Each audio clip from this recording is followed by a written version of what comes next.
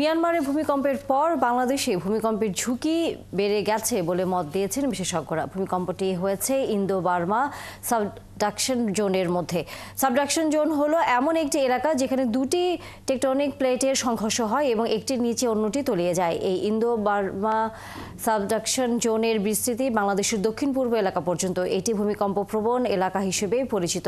এই Indo Burma subduction জোনের আবার কয়েকটি ভাগ আছে। এর একটি বড় লকড জোন, আরেকটি হচ্ছে স্লো স্লিপ জোন।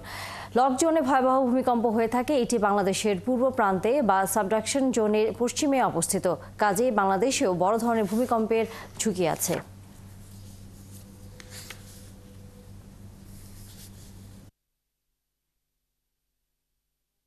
বাংলাদেশে ভূমিকম্পের ঝুঁকি নিয়ে আলোচনার জন্য আমাদের সাথে যুক্ত হচ্ছেন ভূমিকম্প নিরাপত্তা বিশ্লেষক মেজর অবসরপ্রাপ্ত শাকিল নওয়াজ।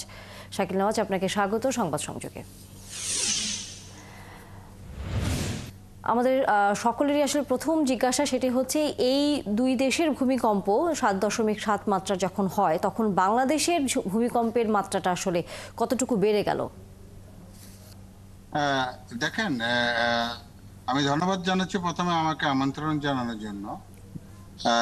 বাংলাদেশের জন্য যে প্রবলেমটা হচ্ছে, বাংলাদেশের যেটা হলো প্লেট বাউন্ডারি, যদি আমরা বলি যেটা ইন্দো বার্মা প্লেট বাউন্ডারি, যেটা আমরা বলে থাকি যে যেটাকে আমরা বলে থাকি চট্টগ্রাম এবং মায়ানমার ফল্ট যেটা বলে থাকি, এটা সাবডাকশন জোন। কিন্তু এটা এবং প্রতি বছর এটা কিন্তু 40 থেকে 50 সেন্টিমিটার কিন্তু ইন্ডিয়ান প্লেটটা বার্মিস মাইক্রো প্লেটের ভিতরে কিন্তু সাবডাক্টেড হয়ে যাচ্ছে। এতে প্রচুর পরিমাণে কিন্তু স্ট্রেস ডেভেলপ হচ্ছে। স্ট্রেসের ফলে কিন্তু প্রচুর পরিমাণে কিন্তু আপনার এনার্জি এখানে ডেভেলপ হচ্ছে এবং এই দুইটা প্লেট কিন্তু আপনার ইন্টারলক রয়েছে এবং এটা যদি আপনার প্রচুর পরিমাণে প্রেশার ডেভেলপ হয় তাহলে কিন্তু প্লেট একটা আরেকটা চ্যুতি হবে। আর এই জায়গাতে ট্র্যাক স্লিপ স্ট্রাইকটা হবে, মানে একটা প্লেট দাঁড়িয়ে থাকবে আর একটা প্লেট নিচে চলে যাবে। এখান থেকে শুধু আপনি দেখেন সুনামিও হতে পারে এবং যেহেতু এইটা আরবান এরিয়া এবং প্রচুর পরিমাণে এই এলাকাতে লোক জনবল বসবাস করে এবং স্ট্রাকচারগুলো কিন্তু ওইভাবে নির্মিত না, বিএমবিসি বা কোনো কোড মেনে করা হয় নাই, যার ফলে এখানে কিন্তু আপনার ট্রিমেন্ডাস এফেক্ট হবে। এবং এটা আপনার যে সাবডাকশন জন্য ভূমিকম্প হলে বলে 8 এবং অ্যাবভ হয়, 8 এবং অ্যাবভ, এটা 9-এর পরিমাণ রিক্টার স্কেলেও আপনার ভূমিকম্প হতে পারে।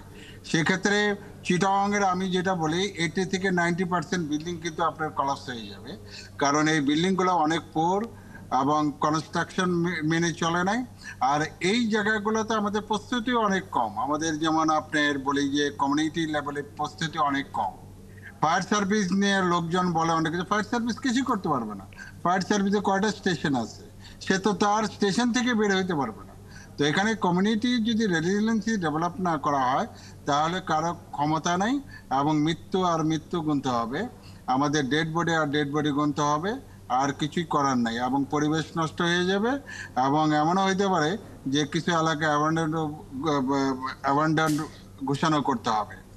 তো সর্বোপরি আমরা বলবো যে বাংলাদেশ এমন একটা জায়গা রয়েছে, যেমন ইউরেশিয়া, তারপরে ইন্ডিয়ান প্লেট এবং বার্মিজ মাইক্রো প্লেটটা, এই তিনটা প্লেটই কিন্তু সক্রিয় এবং একটা আরেকটার দিকে মুভ করতেছে। এখানে আমরা খুবই ভয়াবহ অবস্থা রয়েছি। তো এখান থেকে মুক্তি যেহেতু পাওয়ার জন্য আপনিও বলছিলেন যে আমরা আসলে খুবই ভয়াবহ অবস্থার মধ্য দিয়ে আছি, তাহলে যদি আমরা বাংলাদেশের বিভিন্ন শহরগুলোকে নিয়ে চিন্তা করি, ঢাকার কথা তো অবশ্যই প্রথমে আসে এবং আপনিও চট্টগ্রামের কথা বলছিলেন, সবচেয়ে ঝুঁকির মধ্যে আসলে কোন শহরটি আছে এবং সেই শহরে ভূমিকম্প হলে কতটুকু আসলে আমরা বলা যায় নিজেদেরকে রক্ষা করতে পারবো, সেই রকম ব্যবস্থাপনার জায়গাটাও আসলে আছে কিনা আপনার দৃষ্টিতে? দেখেন, ভূমিকম্পের জন্য যেটা যেটা আমি বলে থাকি, সর্বপ্রথম যেটা হলো যে আপনার যেটা বডি ওয়েভ এবং আপনার সারফেস ওয়েভ রয়েছে। এবং আপনি যদি দেখেন থাইল্যান্ড এবং মিয়ানমারে যে ভূমিকম্পটা হয়েছে সেটা কিন্তু বডি ওয়েভের চেয়ে সারফেস ওয়েভটা বেশি এফেক্টিভ। এবং থাইল্যান্ডের যে ভূমিকম্পটা যেটা ডিস্ট্রাকটিভ হয়েছে, অ্যাবসলিউটলি আপনার কিন্তু এটা আমি বলবো সারফেস ওয়েভের জন্য। সারফেস ওয়েভের ভিতরে লাভ ওয়েভ এবং রিলে ওয়েভটা এটা ম্যাসাকার করে ফেলেছে। তো বাংলাদেশের জন্য হয়তো আপনি বলবেন যে চট্টগ্রামে যে সাবডাকশন থেকে ভূমিকম্প হয়েছে, এটা চট্টগ্রামে তো ক্ষতি করবেই, but it will have the partial effect, মানে এটা টিমেন্টাস ইফেক্ট ঢাকাও হইতে পারে। কারণ ঢাকার যে জমিগুলো হলো, এটা 60 থেকে 70% এরিয়া কিন্তু আর্টিফিশিয়াল আর্থ ফিলিং, মানে পোর সয়েল, বালু দিয়ে তৈরি করা, বালুর উপরে নির্মিত বিল্ডিং গুলো হয়েছে, যেগুলো বিল্ডিং কোড মেনে চলে নেই। তো এই জায়গায় যদি আপনি এফেক্ট করে, তাহলে দেখা যায় ভূমিকম্প হয়তো হয়েছে, ইপি সেন্টার হয়তো চট্টগ্রাম, ইপি সেন্টার হয়তো আপনার হলো ডকি ফল্টে, বাট এটার কিন্তু ট্রিমেন্ডাস ইফেক্ট হবে ঢাকাতে, কারণ এটার মাটিটা খুব খারাপ। তো এখানে বিল্ডিং গুলো তৈরি করতে হলে পরে জিও ইঞ্জিনিয়ারিং ডাটা বলেন, সব কনসিডারেশন নিয়েই কিন্তু বিল্ডিং গুলো করা উচিত। পাইলিং, তারপরে হলো এখানে কলাম, এখানে বিম, এখানে ফ্লেক্সিবল হইতে হবে। রিজিড হলে পরে কিন্তু বিল্ডিং গুলো বেশি কলাপস হবে। এবং এই কনসিডারেশন নিয়ে যদি বিল্ডিং গুলো তৈরি করা হতে পূর্বে, এবং এখনো যদি করা হয়, এই বিল্ডিং গুলো টিকবে। আর যেগুলো করা হয় নাই সেগুলো কিন্তু ধসে পড়ে যাবে।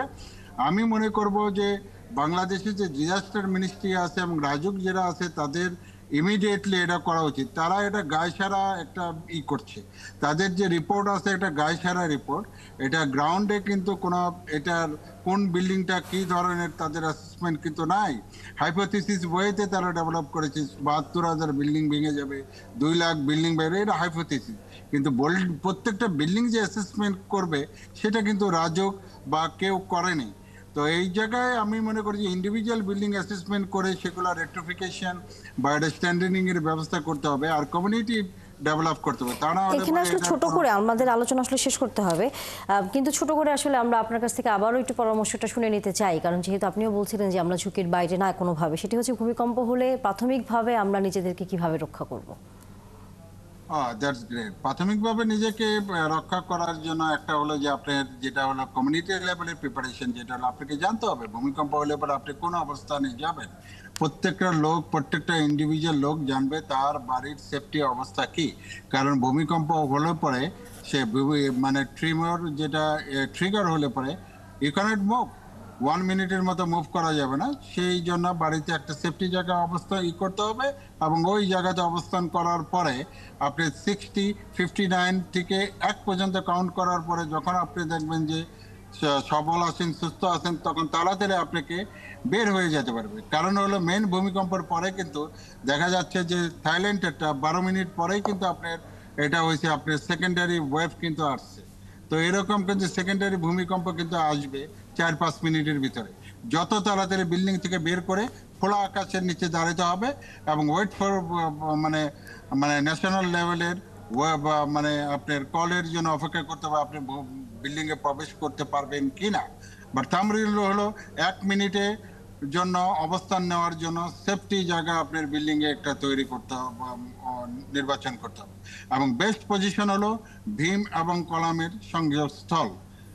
এবং কোনো অবস্থাতেই একটা বড় বিল্ডিং এর নিচে অবস্থান নেওয়া যাবে না। বিল্ডিং থেকে যখন বের হয়ে আসবেন তখন খোলা আকাশের নিচে অবস্থান করতে হবে। এটা হলো প্রাইমারি।